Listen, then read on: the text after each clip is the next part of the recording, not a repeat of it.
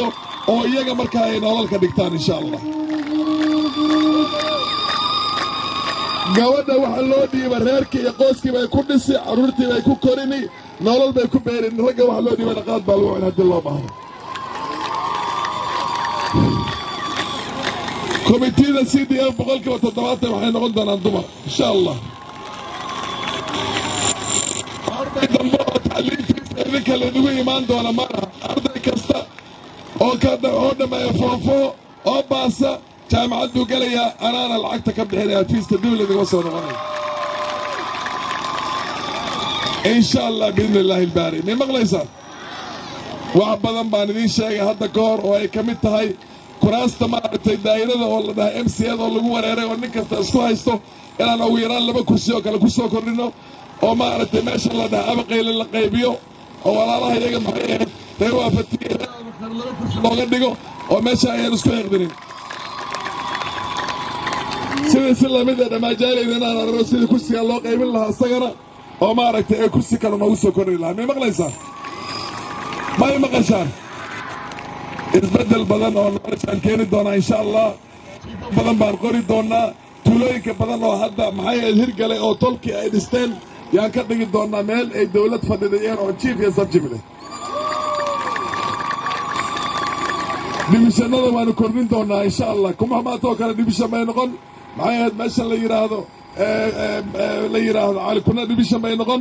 meeshan la yidhaahdo maxay ahayd hamey iyo maxay ahayd dhammaajaalay waa la kala qaybin, 2 dibishan bay noqonayaan.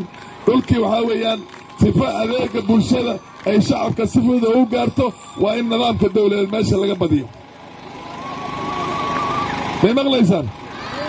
waa la shaqaalayn doonaa. dhallinyaradii berigii hore geel jiraha ayaa 2 gabdhood guursanayay soo maaha. hadda wixii ma lahaya maede wiilashii AGK iyo GFOS kullisoo lagama daadini shaqada.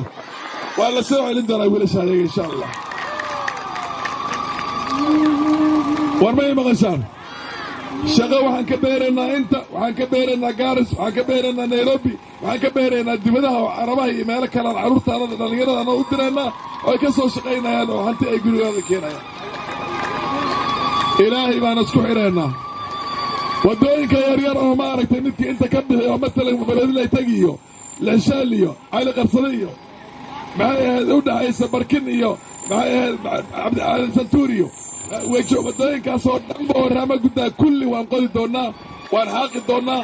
way u fududaan doontaa dadka in hame inta laga taga si fudud loo taga dhammaajaalay oo majo maxay ahayd meesha la yidhahda maka meel kastaaba dhulkii maaragtay isgaarsiintiisa inay fududaataa. may maqlaysaan? war may maqashaan? may maqashaan? biraha safaaricoomna waan soo kordhin doonaa sifo meel kastoo dhammaan si fudud loogu hadlo insha allah biidni illaahi ilbaari. shaqo badan ayaana sugaysaa, shaqo aad u fara badanna sugaysaa. war may maqlaysaan? may maqlaysaan? shaqooyinkaasna joogta ayaan ku jiri doonnaa. sanad waa idin imaanay. war maxaa qabsanay? maxaa haray? waa ku daba jiraa. waa in laysdaba socda, waa in seenta layshayaa soo maa. ninka madaxa haddaan seenta la qaban uu saseexan soo maa. madan gartaan soo maa. sidan baan u wada hadli doonaa. waa maalin kasta maxay aan u wada tashan doonaa. war may maqasheen? dhallinyaradan ku mashquushay qaadka iyo mukhaadaraad kale ka imaan karta iyo wareerkaasoo dhan buu iska jiro. kulli waxaan u hagaajin doonaa kawaanja war wanaagsan oo carpet leh oo maaragtay ay ku samayn doonaan tababarkooda oo adduunka marka dambe kooda aad wax u yaqaanaan meel kasta la geen karo. may maqasheen? fursadahaynu furaynaa insha allah. fursadahaynu furaynaa. geel jiraha qaadka sida looga reebi karaan idiin sheegi. waa inaan inta ka orad siiyey in lamaayo ay ku gaaraan maxay ahayd meeshii cabdisuga oo kale orad ay ku tagaan oo nambar 1ka 100 kun la siiyo oo daasheen. may garta halkayga iyo nambar 2 iyo nambar 3 marka dambe waxaad arki doontaa sida kuwa kale injiinta ma aragteen oo dahabka bila dahab adduunka ka soo qaadanaysa. wiilal waxaad arki doontaa reer dhadhaab oo waxaad soo qaadan doonaan. war soomiyada maqal nolosha inay isbeddeshaan rabnaa. guryaha self containka ee bataan, gabdhaha labalaba loo guursado. may maqlaysaa halkayga?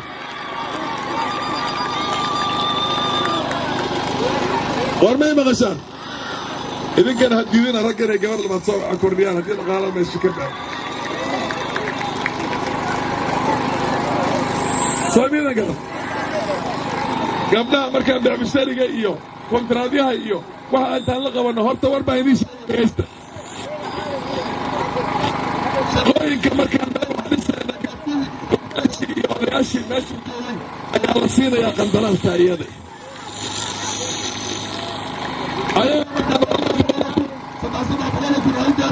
gabadhi ha kusii shaqaysato hadii meel ha dhigato horumar ha gaarto dukaama ha dhisato marka dambe taajir bay noqonayaan gabdhaha waa la yaqaanaa gabdhaha wax abuur way yaqaanaan markaa taajirka noqotaa laakiin ragga ha ku saysanna warmay maqashaa markaa horta waxaan idiin sheegi isbeddel baan rabnaa nolosha hadday isbeddesho ummaddan ummad diinlebay tahay ummad dhaqanle bay tahay ummad sharafle bay tahay ummad macaasida oo dhanba ka maqan bay tahay laakiin waa in loo fududeeyaa inay waxaasoo dhanba ka fogaadaan maxaa dhe nolosha ayaa isbeddel keeni kartaa qofka diinta leh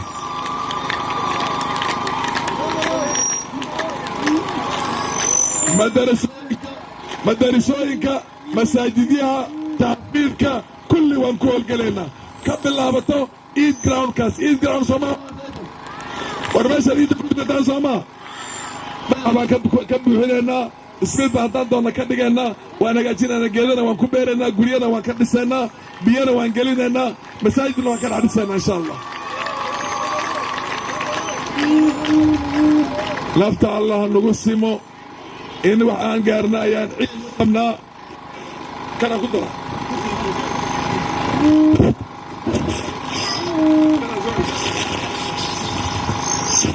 annagii baa waxaan ciid u qabnaa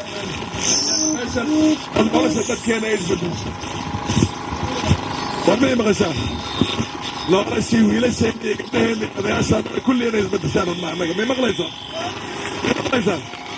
isbitaallo waaweyn aan ka dhisno gabdhaha nolosha hadday ku rafaadaan maaragtay meel lagu qali karo dhakhtar weyn uu joogo ambulance meel kasta ay joogta ma garateen iskuulla boodhinga aan hagaajinno oo iskuullaha boodhinga markaan hagaajinno geelbiya carruurtiisa intuu kaga taga iskuulkaasay geelisu iska waraqo insha allah biidni illaahi albaari warmay maqashaa hal mid baa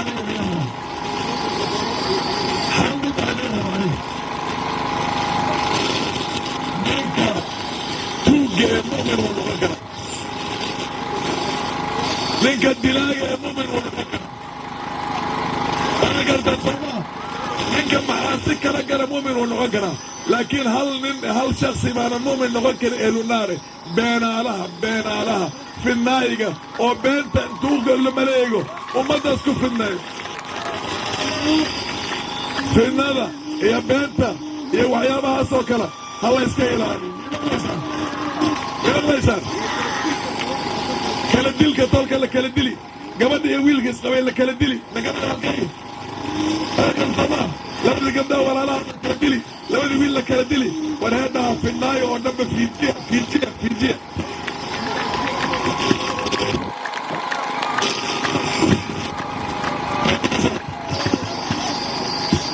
gabdhaha anigu nin guur badan baan ahaa idin sheega horta dhegaysta kumana khasaarina carruur badan oo walaalihiin baa hadda joogtaa soo saa maaha hadda ka hor anigu hadda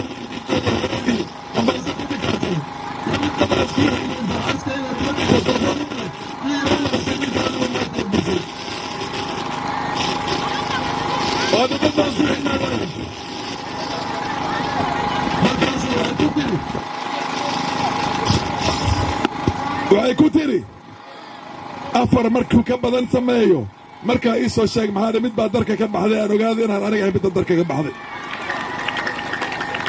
soo kamay adkaani marka horta gabdhaha markaad idinka tihiin waxaa weeyaan cidda ilaaliya odayaasha ilaaliya dhallinyarada sidii loodii iyo xoolaha loodii iyo ariga iyo geeli baa loo raaca carruurta may maqlaysaan carruurta raaca may maqlaysaan madarsada gee dugsiga gee ka baxdhe qur-aanka wax kastoo dhanba wadad hadhow dhakhtar iyo looyar iyo injineer iyo ha noqdaan oo muslim oo diin haystaan oo markay annaga naanfacaan may maqlaysaan haddii la sii daayana qaad iyo sigaar iyo mukhaadaraad iyo balaayo geli soo maha markaa horta markaasaa yeeshaan raggana u naxariista ragga u naxariistiyaa ragga aada ugu naxariistiyaa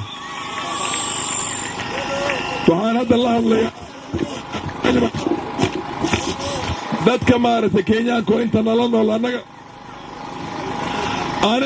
anigu faarax soomaali baa lay dhahaa soo lima dhaha soomaalida etoobiya baan u doodaa soo maa tii soomaaliya baan u doodaa tii jibuuti baan u doodaa tii nairobi iyo kenyada kala degan iyo naivasha baan u doodaa soo maa ma idan la tahay ninka saa soomaali o dhan baa ugu doodaya qoyskiisa hoose inuu kala jeclaysan idan la tahay ilaahay baan ka magaalay middaa iyada beenta laidiin sheegayo oo laleeyahay faarax hadduu soo galo mar waxaa la yidhi raafkaa buu kulli raray intaan u raray raafkaab ilahay baa idigu dhaashee haddana waxaa la yidhi muumin xasan buu raari ka odhe hadda waxaan kaagala dhahay jibraail cawlian baaro oo jibraail cawda ka bax meeshii aaba joogaabo waddankii maraykanna haatee mar hari kale qoyska ugu yar oo maxay ahayd tol meel degan meel may maqlaysaan lafta ugu yar anigana wax ka hoosayso soomaalinimadaasayto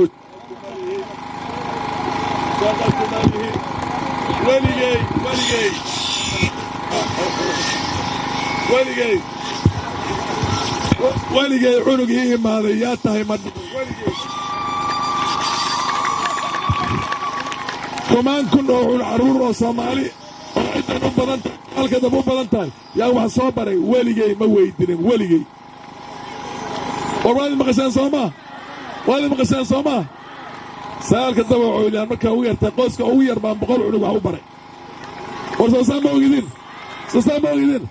markaa faarax hadda maanta la sheegahayo marka kursi laysla qabsay makuu hadda waxaad dhashay baa musaa kii hore miyaa saa u dhaqan jiray beentaa ha dhegaysanin anaa idiin sheegi ay maqlaysaa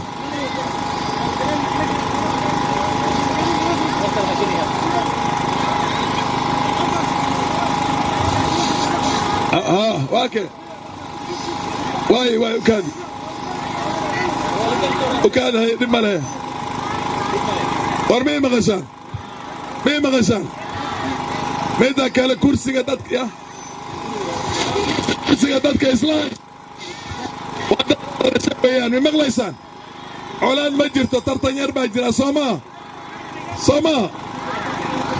waxaa la arkaa laba aniga kuwaan dhalay baa kuwii la dhasho aminacasooda ay dhashay baa jirta oo markaan baarlamaanka u istaagay aniga shiidaha isla qabsan jirna kursiga shiidii u dhisi jira isaga may maqlaysaan shiidaha walaalkaan i dhisi jirayna wuu jiraa soo maa markaa waxaan idiin sheegi waxaan waa tolnimada guud oo fiirsada idinka yaafka cundhaha ciddan waa halkoo qoyse waa halkoo soomaaliya waa halkoo qoyse may maqlaysaan aad baad u mahadsan tihiin waan ka baxay khayr baan isku ognahay maalinka sagaalka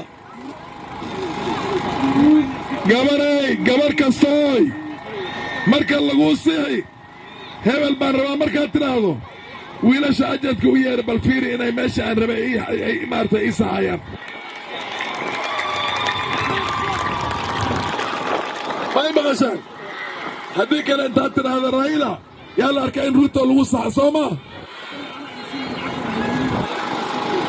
lacag baan ku siin ninka ku dhaho lacagtaadi kuunaada ka iibsadana halkaa maalinka qadadaasayto miyaa 5 sano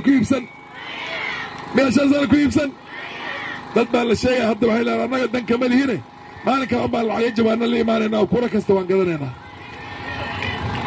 ha dhegaysanina mustaqbalkeennii iyo aayatiinka waddanka ayaa yaa maarata ansaxaynaa insha allah hadda waxaan la hadlayaa kenya meesha nagu weheliyo oo af soomaali aan garanayni waa api murume